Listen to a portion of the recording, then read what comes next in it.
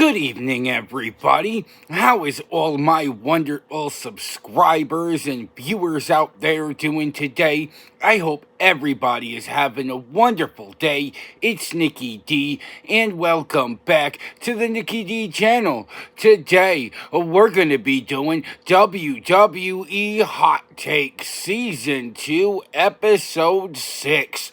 What's your hot take of the week? Let me know down in the comment section below. This week, we have 8 hot takes instead of the normal 6. We've got 2 for Monday Night Raw, 2 for NXT, 2 for SmackDown, and 2 for NXT Vengeance Day. Don't forget to like the video, share the video all over social media, and smash that subscribe button so you could be notified of when I drop my next video. With that being said, I hope everybody continues to have an amazing evening, and without further ado, let's get to our first hot take of the week. Why did Lyra Valkyria have a women's elimination chamber qualifying match?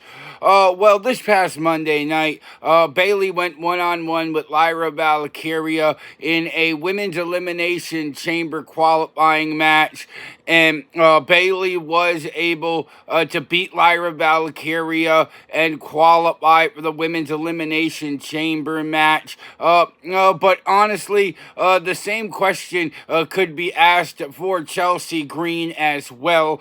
I mean, Lyra Valkyria should be defending the Women's Intercontinental Championship a little bit more often than she is. She will be having her first title defense on February 24th, Monday Night Raw. But still, she won the championship back at Saturday night's main event on December 14th of last year.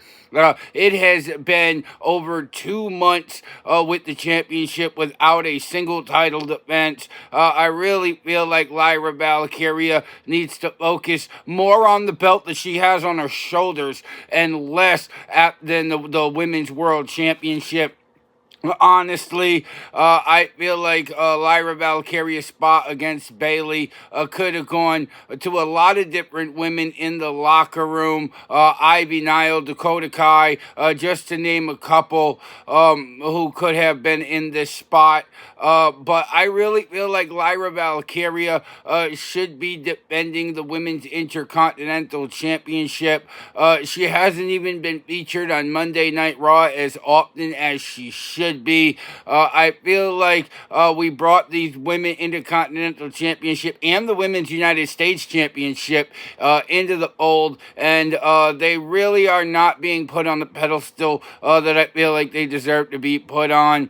I mean, Lyra Valkyria should be defending the Women's Intercontinental Championship every other week, or at least at every PLE. Same goes with Chelsea Green, and I really feel like it's disappointing that I have to sit here and say it's been over 2 months having Lyra Valkyria as Women's Intercontinental Champion, but she has yet to defend the belt since winning it last year. I really feel like that's something that WWE could improve upon. They need to make the Women's Intercontinental Championship and the Women's United States Championship feel more relevant, feel more important. They need women gunning for these belts. They need constant title defenses. They need a lot of that. But Lyra Valkyria in a women's elimination chamber qualifying match honestly did not make any sense to me. As a Roxanne Perez fan, Bayley deserved to get in.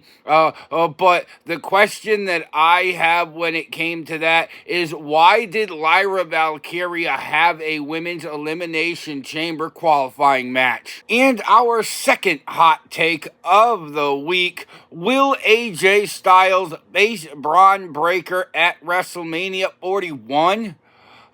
This past Monday night, AJ Styles made his return. He was interrupted by Dominic Mysterio and Carlito, who ended up in a brawl.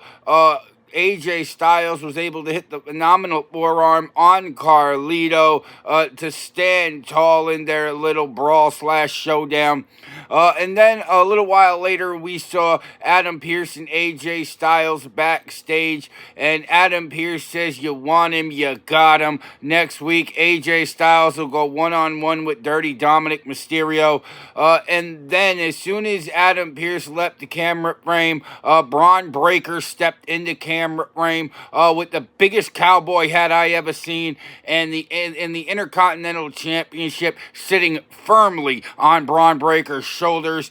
These two had a face-off like no other. And at that point, I was on the edge of my seat, drooling, begging, give it to me, feed me that, because this match is going to feed families. This match is going to put butts in seats. When you sit down and break this down, the resiliency and the high-flying ability of AJ Styles, not to mention the veteran wherewithal in the ring, AJ Styles is going to be able to carry this match. Braun Breaker, there is so much that I feel like Braun Breaker can learn from a veteran like AJ Styles. I feel like Braun Breaker is nowhere near his peak in WWE, and I feel like Braun Breaker can really become a better wrestler by getting in the ring with somebody like AJ Styles.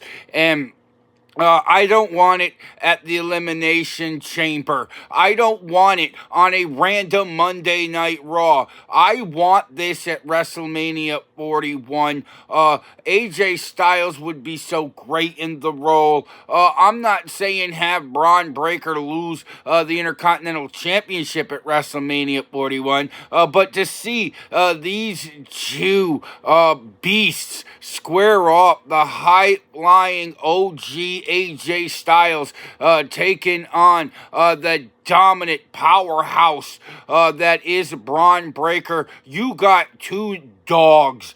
AJ Styles got that Georgia Bulldog in him. Braun Breaker's got that Georgia Bulldog in him. And I can't wait to see which dog's bite is harder when it comes to these two. But right now I'm drooling, I'm salivating, and the only question on my mind is, will AJ Styles face Braun Breaker at WrestleMania 41? And our third hot take of the week will take us down to NXT.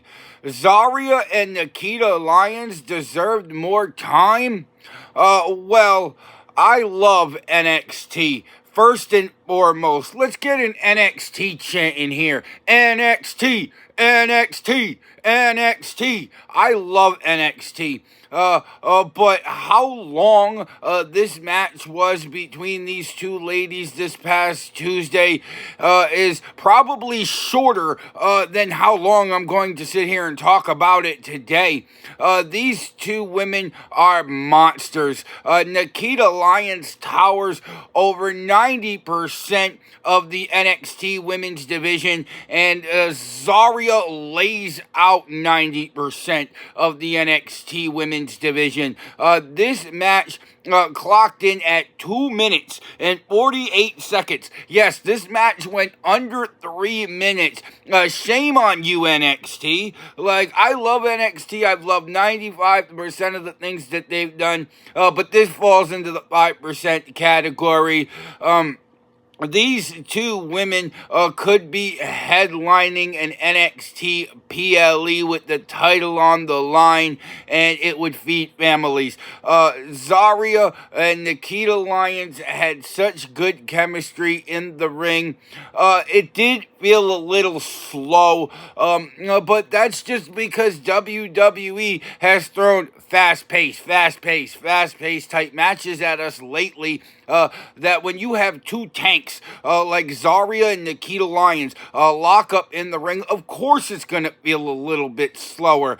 They have to be a little bit slower for their moves to be more devastating. But this is a type of match that definitely should have gone at least 10 minutes, no question about it. And I feel like there should have been some sort of contendership on the line here.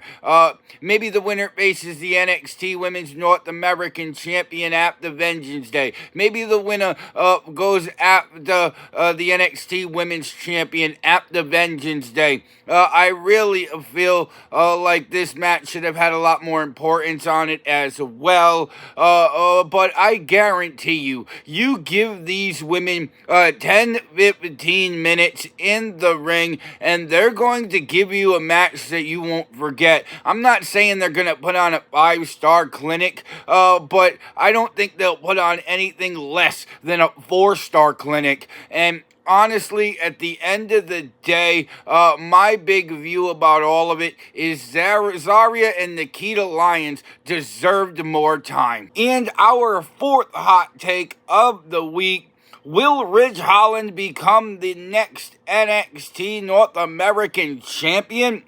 Well, Tony D'Angelo and Ridge Holland went one-on-one this past Tuesday for the NXT North American Championship inside the satanic steel cage. And these two really went to work. Ridge Holland did end up leaving Tony D'Angelo laid after Tony D'Angelo retained the NXT North American Championship. But Ridge Holland has made this personal, as he has during his mean streak that stemmed back to last year, and how ruthless he was when dealing with Chase U, how ruthless he was when dealing with Trick Williams. Now Tony D'Angelo and the D'Angelo family go into war with Ridge Holland's family after Ridge Holland jumped Tony D'Angelo in the steel cage after the match. And this week we will be seeing Stacks going one-on-one with Shawn Spears on NXT. But that'll be the next chapter, if you will, in this story between Ridge Holland's family and the D'Angelo family. But I really feel like this rivalry could go all the way to Stand and Deliver. I wouldn't be surprised if Ridge Holland wins the NXT North American Championship. And I'll tell you this: if Ridge Holland does win the title, expect Tony D'Angelo to be called up to the main roster or put in the NXT main event scene with Oba Femi over the NXT title. We can't forget that Tony D'Angelo and Oba Femi went to war last year over the NXT North American Championship. So it would only be fitting to put Oba Femi against a familiar foe in Tony D'Angelo for the NXT Championship if you don't move Tony D'Angelo up to the main roster. But Ridge Holland has just been a mean, bad man. As Booker T says, no bread, no water, just meat. Ridge Holland rolled through Chase U. Ridge Holland controlled much of the match for the NXT Championship against Trick Williams last year. And Ridge Holland has dominated this rivalry so far with Tony D'Angelo. So it could happen at Stand and Deliver. My big question: will Ridge Holland become the next NXT North American Champion? And our fifth hot take of the week will take us over to Friday Night SmackDown. Will LA Knight win back the United States Championship? Well, LA Knight did capture the United States Championship last year when he defeated Logan Paul at SummerSlam, held on to it until Survivor Series, where he lost it to the current United States Champion in Shinsuke Nakamura. And LA Knight is still gunning for that United States Championship. Shinsuke Nakamura said on SmackDown he has no competition for the United States Championship. LA Knight came out and said, "Hey, I'm right here." And LA Knight was quickly interrupted by The Miz, who, shout out to LA Knight, called The Miz a little kid. I loved it. And then we had Nick Aldis come out, make LA Knight versus The Miz for the number one contendership for the United States title immediately. This match got underway. Oh, didn't last that long, probably about 5 to 7 minutes before LA Knight BFT 1, 2, 3, and LA Knight earned himself a United States Championship opportunity. I'm not gonna knock it because I'm not a fan of Yeet title shot. So I'm happy to see that we're seeing superstars, at least in this case, earn a title opportunity instead of just saying I want rematch clause. It didn't go the way I wanted it to. Let me assert myself to the front of the line because that's where I feel like I belong. No, you go and earn it in a number one contender match, then get back to the front of the line. But I'm happy that they did it this way. Let's be honest. Shinsuke Nakamura's return has not gone the way that a lot of people hoped and expected it would. We're not hearing from Shinsuke Nakamura that much. He's defended the belt, I think, once since Survivor Series in a rematch against LA Knight. But besides that, we haven't seen that much promos from Shinsuke Nakamura. I would be more a bit of a fan of this if Shinsuke actually showed up to work and defended the belt. I'm not saying every week here, but at least keep a storyline going. At least have number one contenders emerge. At least have them defend it at a PLE where you only have 4 matches. I'm looking at you, Royal Rumble. Shinsuke Nakamura could have easily defended the United States title there. Don't know why we didn't try to angle that. But I feel like LA Knight was a better champion, to be honest. He was there. He fought every week. He defended the belt. So, my big question is, will LA Knight win back the United States Championship? And our 6th hot take of the week: will Tiffany Stratton beat Charlotte Flair at WrestleMania 41? Well, Tiffany Stratton defended the WWE Women's Championship on Friday night against the irresistible force Nia Jax. It was successfully, I might add. Before Charlotte Flair came out and said to the world, Tiffany Stratton, I choose you for WrestleMania 41. So there you have it. It's going to be Tiffany Stratton versus Charlotte Flair at WrestleMania 41. And the winner of the Women's Elimination Chamber match will face Rhea Ripley at WrestleMania as well. But everybody wants to sit here and say Charlotte Flair's going to go capture the WWE Women's Championship. WWE has big plans for Charlotte Flair to get gold as soon as she returns. Credit where credit's due, came back, won the 2025 Royal Rumble, calling her shot right now. But I feel like Tiffany Stratton has a lot more to gain from this match. First and foremost, win or lose, Tiffany Stratton is going to be a much better wrestler after getting in the ring with Charlotte Flair. No denying that. Charlotte Flair is one of the greatest superstars, women of all time. I can't even deny that. As much as I don't want to say it, it is true. So I think Tiffany Stratton is going to have a tall order in front of her. But Tiffany has been excellent. Whether she's carrying the NXT Women's Championship, whether she's carrying the Money in the Bank, whether she's carrying carrying the WWE Women's Championship. Tiffany Stratton is going to give Charlotte Flair a run for her money. Height the same, speed the same. Almost every aspect of wrestling in the ring is going to be the same. I really think this is going to potentially be a just as good, if not better, match than Rhea Ripley versus Charlotte Flair at WrestleMania 39. That's right, I said it. This match has the potential to surpass how great that was. So I can't wait to see these two lock horns in the middle of the ring. I do think this is an opportunity for Charlotte Flair to pass the torch to Tiffany Stratton. So that's another big reason why I definitely could see Tiffany Stratton winning. Charlotte Flair could always get a rematch and say, I am the opportunity, and go to Backlash and win the title there. They definitely could do that too. But WrestleMania, I really feel like the passing of the torch to the young Tiffany Stratton would definitely be a great storyline to tell.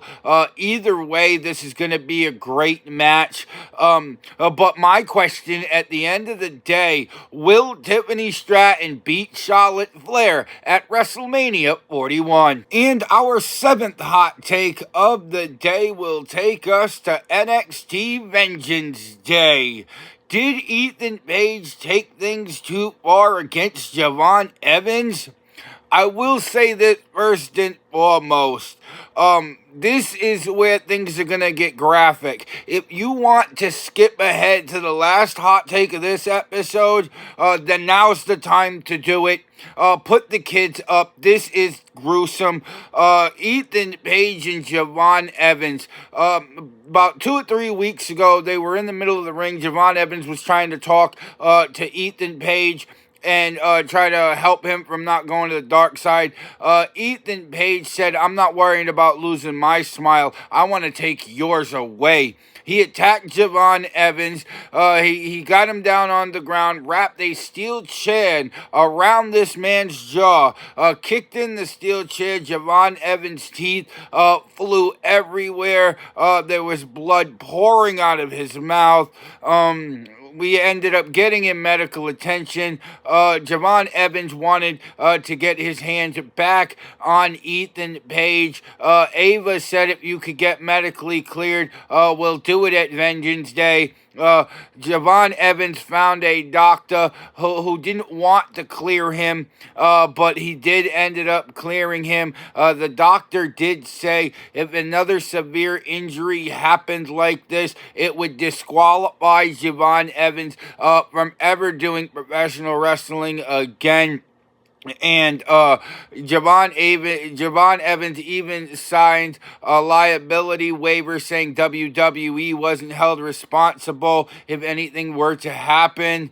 And then we had the match at Vengeance Day, and Javon Evans controlled most of it. Went to the top rope. He was about to win the match. When he came down, Ethan Page just grabbed Javon Evans by the jaw, ripped out the mouthpiece and all the wiring that was used to reattach his jaw, and quickly rolled him up for a 1, 2, 3. And when we saw Javon Evans' face after the pin, there was blood flying from this man's mouth. Yet again, even the commentary were like, we need to get him medical attention like now. It was that bad.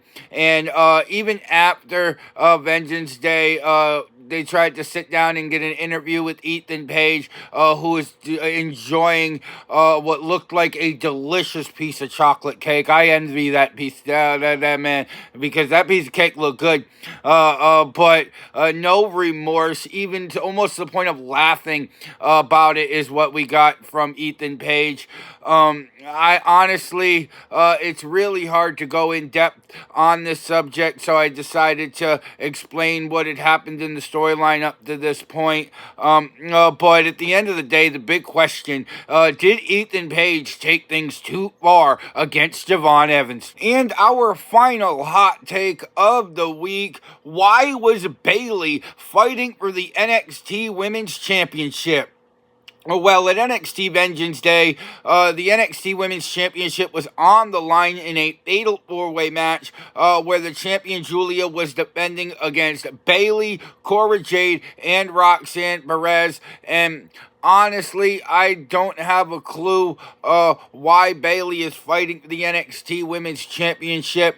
I'm not against her being in NXT because anybody that she feuds with is instantly going to be catapulted because, come on, it's Bayley. But fighting for the NXT Women's Championship, I feel like that's a step down for Bayley. I think a Women's Intercontinental Championship match or a Women's United States Championship match against Lyra Valkyria or Chelsea Green would be a step up from here. If anything, I feel like Bayley belongs in one of those two women's divisions. But still, there are so many other NXT women that deserve an opportunity that would have fit in quite well here. Lola Vice, Jada Parker, Kalani Jordan, Sol Ruka. The list goes on how deep this women's division in NXT is. I didn't even bring up Zarya or the new NXT Women's North American Champion Stephanie Valkyr